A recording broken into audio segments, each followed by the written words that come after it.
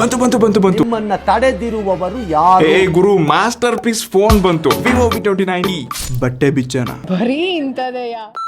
Box ನೊಳಗಡೆ phone, quick start guide, TPU case, USB to C cable, 44 watt ನ power adapter.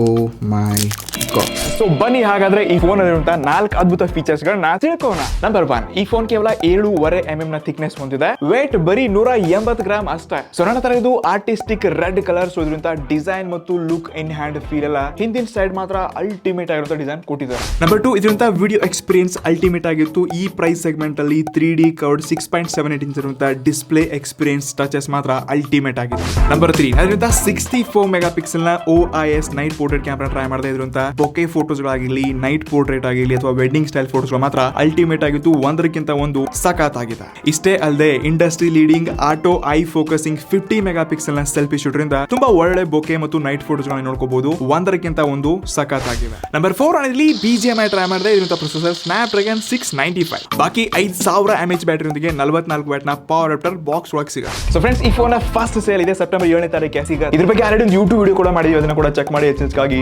Follow ಮಾಡಿ.